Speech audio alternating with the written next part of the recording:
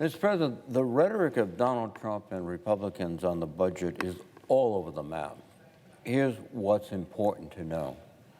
Republicans want $4.5 trillion in tax cuts, primarily for the richest Americans, paid for with sharp cuts in programs that help average Americans and the most vulnerable in our society. Yesterday, I spoke on the floor about one of the most cynical parts of this resolution, gutting health care for children, seniors, and Americans with disabilities through extreme cuts to Medicaid and the Children's Health Insurance Program, CHIP. Donald Trump said that Medicaid and Medicare would be off limits, but the budgets put out by Republicans indicate something quite different. During the debate on this budget, Republicans will have the opportunity to vote on amendments to show where they stand and, more importantly, who they stand with.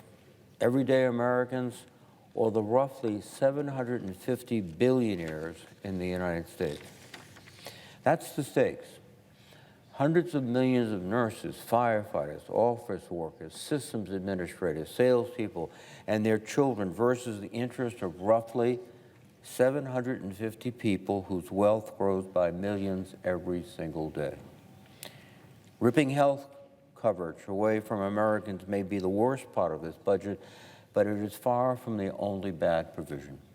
Instead, this budget is part of a broader decision by President Trump and congressional Republicans to force American families to pay more for food, health care, and education. Again, all so the wealthiest Americans can get a huge tax break. The big, beautiful bill that Donald Trump favors is expected to gut Medicaid by at least $880 billion. Cuts would be devastating to the 80 million Americans who rely on Medicaid and CHIP, who are almost entirely children, seniors, people with disabilities, and working men and women who depend upon Medicaid protection. Forcing struggling Americans to pay more for health insurance or to lose health coverage altogether is heartless policy and a slap in the face of the millions of families who are struggling to make ends meet. And yet, Medicaid is not the only target in the resolution. Food for the dinner table is also on the chopping block, with cuts of reportedly at least $230 billion. And each of us has seen news reports about the long lines at food pantries in our states. Who hasn't heard that the price of eggs is up 15% in the last month alone? Who doesn't remember also the campaign promise of Donald Trump to bring grocery prices down on the first day?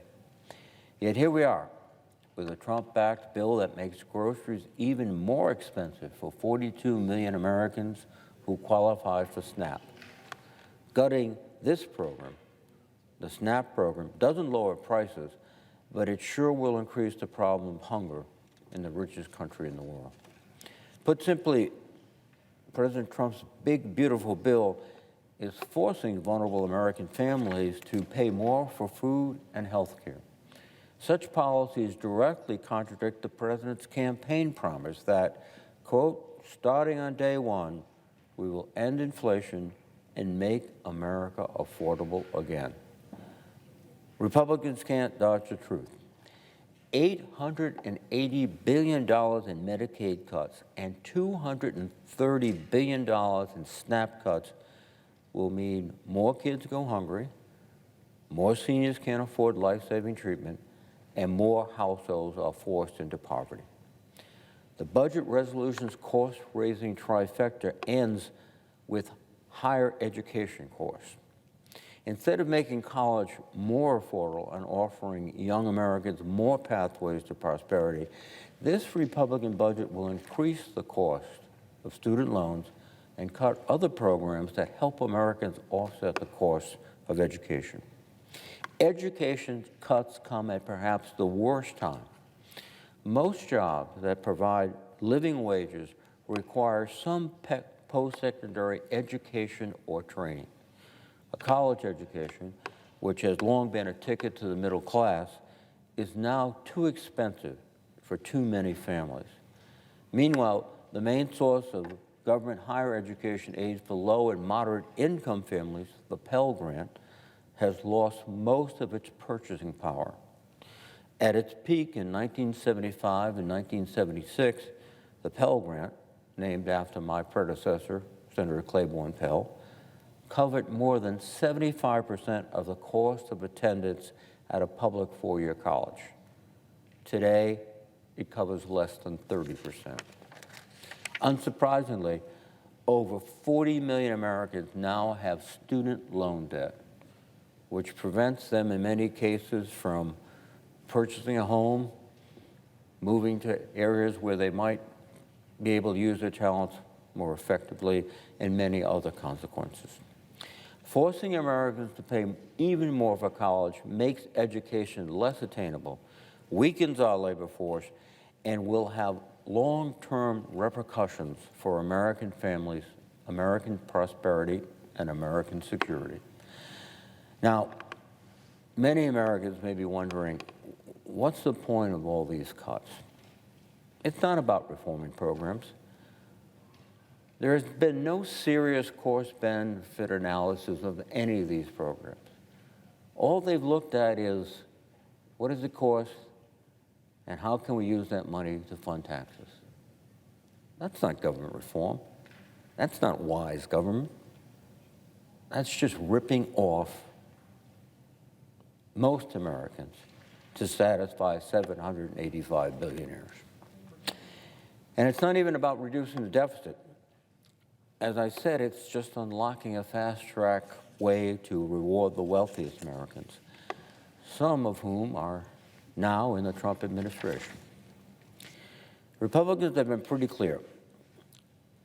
The central purpose of their budget is to permanently extend the failed 2017 Trump tax bill, which was an unpopular giveaway to the wealthiest Americans. Nearly half of the benefits from extending the Trump tax bill will flow just to the richest Americans, those earning $450,000 or more each year. President Trump promised on the campaign trail that, quote, starting on day one, we will end inflation and make America affordable again. But we're now on day 32, and costs have not come down. In fact, inflation hit 3% for the first time in months this January, and the president took no action while egg prices hit record highs, a particular point of pain for many families. And just like this budget resolution, the president has been intent on forcing families to pay more, not less, for everyday goods. In just 1 month, the president has implemented or threatened tariff taxes on nearly every item imaginable. Nonpartisan experts are clear. These tariff taxes will not make America affordable again. The Peterson Institute projects the tariff taxes on Canada, Mexico, and China alone would cost U.S. households $1,200 a year, a tariff tax. Yale researchers have found the president's threat to place reciprocal tariffs on our trading partners would cost families $2,600 a year. Analysts at the investment bank Jefferies project car prices will jump by $2,700 under the president's Canada and Mexico tariffs, while the National Association of Home Builders found President Trump's lumber tariffs during his first term, which he promised to raise again in his first term, raised housing prices by $9,000. And he wants to do it again. We've also heard a lot about Mr. Musk's DOGE and fraud, waste, and abuse, but that operation doesn't seem to be about preventing fraud, waste, and abuse, or lowering costs. By the way, if you were really interested in eliminating waste, fraud, and abuse in the federal government, why would you fire all the inspector generals? They are independent agents who are charged specifically to root out waste and corruption in the federal government. President Trump did that. So this is not about getting rid of waste or anything else. Again, find me trillions of dollars to give away to rich Americans. In fact, the other aspect of his goal is just to create mayhem and to impact so much of government, firing responsible staffers who are handling key issues, weapons, nuclear weapons. I was in the airport on Monday evening flying down from Providence, and a young lady came up to me and said she was fired a few days ago from the National Nuclear Administration because she was a probationary hire. But guess what? When they discovered that they could not protect nuclear weapons, not do sensitive maintenance on them so that they would be ready for deterrence, she was suddenly called back. Not very smart. We're trying to fire researchers who are out to cure Alzheimer's disease. We're trying to get rid of experts who fight bird flu and seeking access to computer systems at the IRS and the Social Security Administration, which contain personal and financial information for each and every single American. I don't think most Americans want Elon Musk to know all of their financial information, their personal information, maybe even healthcare information. But that could happen. It's not combating fraud, all these things. In fact, it's closer, particularly with the IRS information, to committing fraud. Indeed, the budget resolution we will vote on tonight is just further evidence that Republicans and President Trump have no plan and no real interest in lowering costs for families. And I think that's wrong.